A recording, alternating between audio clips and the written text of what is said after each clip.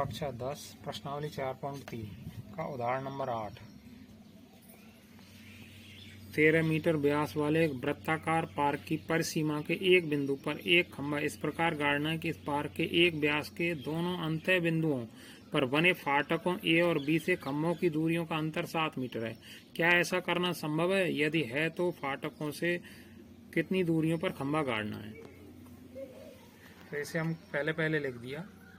ये वृत्ताकार परिसीमा है वृत्त की, इसका व्यास दे रखा है 13 मीटर और मैंने यहाँ लिख दिया समकोण त्रिभुज का कर्ण और व्यास 13 मीटर के, दोनों एक ही चीज है। तो खंभों का अंतर दे रखा है 7 मीटर, तो एक खंभा नहीं है, दो खंभे हैं वो, जब ही उनका अंतर 7 मीटर हो सकता है। तो हमने लिख दिया माना कि छोटे खंभे की लंबाई x मीटर है, तो उसका नाम हमने AP मान लिया, यानी A से P x मीटर का है। तो दूसरा वाला ये खंभा और ये खंभा, ये दोनों खंभों के बीच की दूरी, बीच का अंतर 7 मीटर है और ये 90 डिग्री के कोण पर टिका हुआ है। तो पहले खंभा या की लंबाई मान ली x, तो इसकी लंबाई आएगी x + 7। अगर इसको x मानेंगे तो इसकी लंबाई आएगी x - 7। तो ये दोनों खंभे हो गए, पहले की लंबाई x और समकोण त्रिभुज APB में पाइथागोरस प्रमेय से। तो ये व्यास है तो इस कारण अर्धवृत्त है, अर्धवृत्त में बना कोण समकोण होता है, तो P बिंदु 90 डिग्री का है। तभी हमने यहाँ पाइथागोरस प्रमेय लगा दी। ये कर्ण है, ये आधार है और ये लंब है, तो हमने सूत्र लिख दिया आधार स्क्वायर प्लस लंब स्क्वायर बराबर कर्ण स्क्वायर। आप यह आगे लिख सकें और इन्हें पीछे लिख सकें।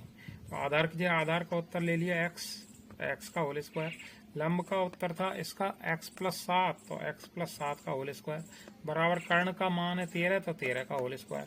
अब x का वर्ग करेंगे तो x स्क्वायर पर प्लस लगा दिया, इसका वर्ग कैसे करेंगे, पहली का गुणा पहली से, तो x स्क्वायर आ गया, दोनों का गुणा आपस में करके उसका गुणा 2 से, तो 14x आ गया, और 7 × 7 करेंगे तो 49 आ जाएगा। फिर बराबर लगा लिए, 13 × 13 करेंगे तो 169।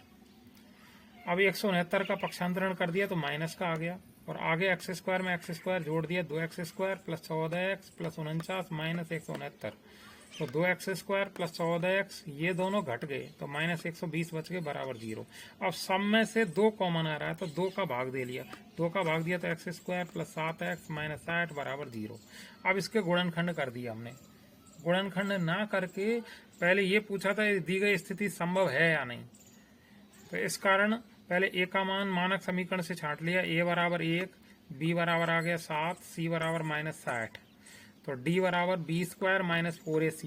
तो d के स्थान पर d, b का मान 7 है तो 7 का होल स्क्वायर -4 गुणा a का मान 1 गुणा c का मान -60, 7 का वर्ग 49, फिर माइनस गुणा माइनस किया तो प्लस, और 4 एकम 4, 4 का गुणा 60 से करेंगे तो 240। अब 240 में 49 को जोड़ लिया, 289 हो गया। अब ये 289 जो लिखा हुआ है ये 0 से बड़ी है, तो लिख दिया यहाँ d > 0 है, अतः दी गई स्थिति संभव है। असंभव कब होती, यदि माइनस का होता तो आगे लिख दिया x बराबर -b प्लस माइनस √d/2a। तो x बराबर माइनस का चिन्ह, b का मान 7 प्लस माइनस d का मान था हमारे पास 289 बटे 2 गुणा a का मान 1, फिर माइनस के साथ फिर प्लस माइनस 289 का वर्गमूल ले लिया 17 बटे 2 एकम 2। अब आगे ये 17 हमारे पास 2 बार लिखा हुआ है, एक बार प्लस का और एक बार माइनस का, तो यहाँ जमा दिया वो x बराबर -7 प्लस 17 बटे 2 और x बराबर -7 माइनस 17 बटे 2। तो x बराबर ये दोनों असमान चिन्ह किए, 17 में 7 को घटा लिया, 10 बच गए, तो 10 बटे 2 और 10 बटे 2 का मान 5 आ गया। यहाँ दोनों समान चिन्ह किए तो जुड़ गए, 17 में 7 माइनस 24 बटे 2 बराबर माइनस के 12। अब x यहाँ हमारे पास भुजा थी तो इस कारण माइनस की 12 हो नहीं सकती, निरस्त कर दिया वो। तो अतः खंभा AP जो x माना था वो 5 मीटर का हो गया, और खंभा BP बराबर x + 7, तो 5 + 7 बराबर 12 मीटर का हो गया। इस प्रकार हमारा ये सवाल समाप्त हुआ, और इसके साथ साथ ये चैप्टर भी ख़त्म हुआ। सभी जो देखने वाले हैं, दर्शक हैं, वो सभी लाइक करें, कमेंट करें और शेयर ज़रूर करें।